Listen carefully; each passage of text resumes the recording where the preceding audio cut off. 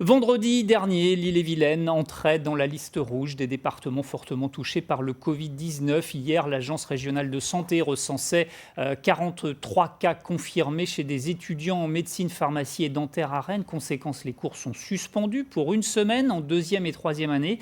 Un signe de plus que la circulation du virus s'intensifie.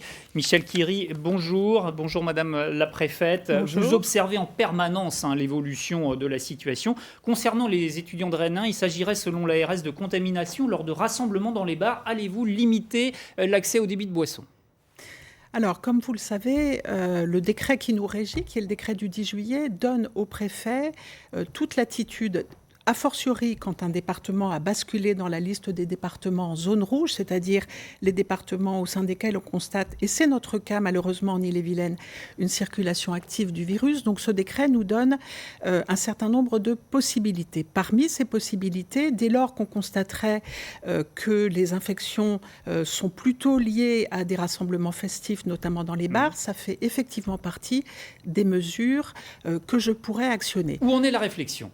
La réflexion, elle en est, la situation est préoccupante en Ille-et-Vilaine. Je vous donne, sans vouloir donner trop de chiffres, je vous en donne deux.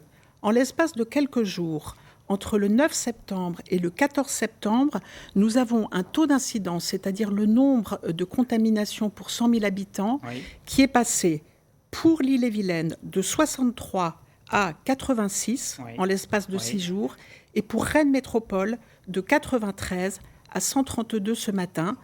Et ces chiffres sont à comparer au taux global d'incidence en Bretagne de 43. Ça, c'est le constat, Madame la Préfète. Mais prenez-vous des décisions ? Est-ce que ça vous invite à prendre des décisions ? C'est la preuve que le virus circule et que la courbe du taux d'incidence, du taux de positivité et du taux de reproduction sont des courbes exponentielles. Alors vous alertez, vous dites attention, il faut être raisonnable. Et dans notre quotidien, est-ce qu'il va y avoir des incidences ?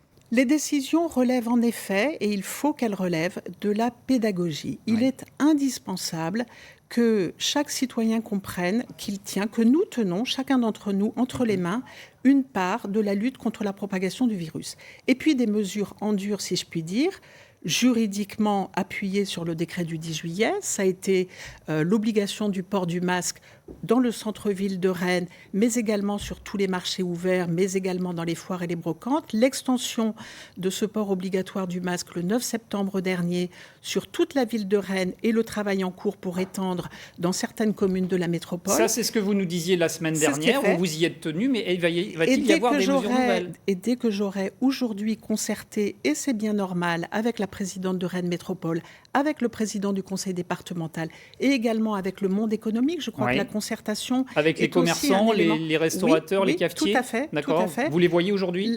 Cet après-midi. D'accord. Et donc, dès que je leur ai exposé cette situation sanitaire, accompagnée par le directeur général de l'ARS, eh bien, je porterai à leur connaissance la nécessité absolue, compte tenu de la propagation active du virus, d'actionner d'autres mesures, parmi lesquelles figure en effet, puisque ce sont des lieux de rassemblement et donc de contamination, une mesure plus contraignante sur les horaires de fermeture des bars. Rapidement, oui ou non, le match de football Rennes-Monaco se jouera à huis clos ou avec du public ? En droit. C'est le 19.